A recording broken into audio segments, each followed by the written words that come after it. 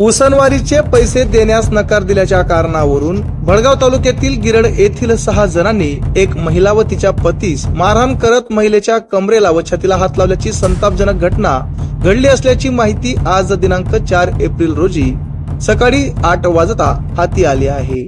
भडगाव तालुक्यातील गिरड येथील कुटुंबियाने उसनवारीचे पैसे देण्यास नकार दिल्याच्या कारणावरून दिनांक 3 एप्रिल 2025 रोजी सकाळी 9:30 वाजेच्या सुमारास तेथीलच समाधान पाटील याने त्याच्या हातातील काठीने कांचन देसले हिच्या उजव्या पायास पोटरीवर मारहाण करीत असताना अमोल पाटील याने तेथे पडलेला दगड उचलून कांचन देसले हिचे पतीच्या डाव्या डोळ्याखाली मारला। तेव्हा कांचन देसले ही तिचे पती सोडण्यास गेली असता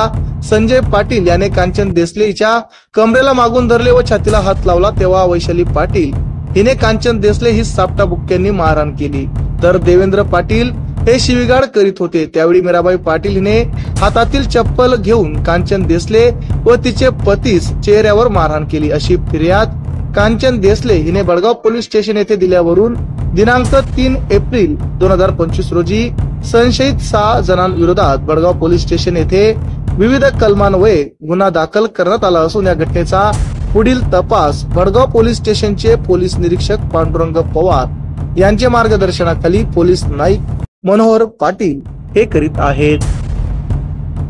आमच्या चॅनलला लाईक करा, सबस्क्राईब करा, बेल आयकॉनवर क्लिक करा आणि हो शेअर करायला विसरू नका।